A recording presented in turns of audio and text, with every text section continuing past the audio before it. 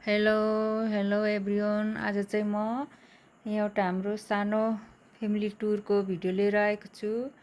हामी चाहिँ धरानदेखि भेडेटारसम्मको यात्रामा निस्केको थियौँ। आज भेडेटार पुगेर अनि यहाँनिर गाडीबाट उत्रेर अनि त्यसपछि हामी यहाँ खाजा खाने ठाउँतिर जाँदै गरेको भिडियो हो यो।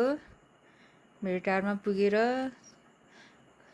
खाजा खानको लागि हामी यो लिङ्गाबारी भन्ने होटलमा गएको थियौँ।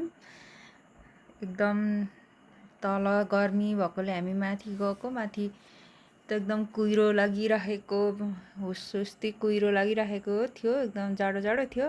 खासै जाडो चाहिँ भएन, अब गर्मी मौसम भएर पनि हो। त्यसपछि निकै चहल पहल थियो तल।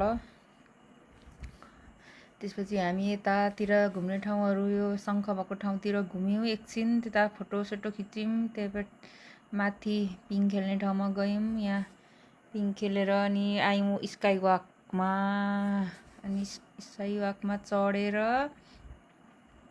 कुहिरो लागेकोले केही देखिँदैन थियो, त्यही भएर डर पनि त्यति लागेन। न त क्लियर देखिएको थिएन, तल पानी पनि परेको थियो अनि सिसा मैलो देखिएको थियो।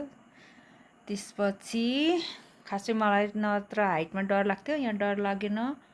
त्यसपछि हामी झऱ्यौँ तलतिर, ओह्रालो झऱ्यौँ। अनि त्यस पछाडि कुहिरो लागेर यहाँनिर भेडेटारमा बजारमा निकै चहलपहल थियो।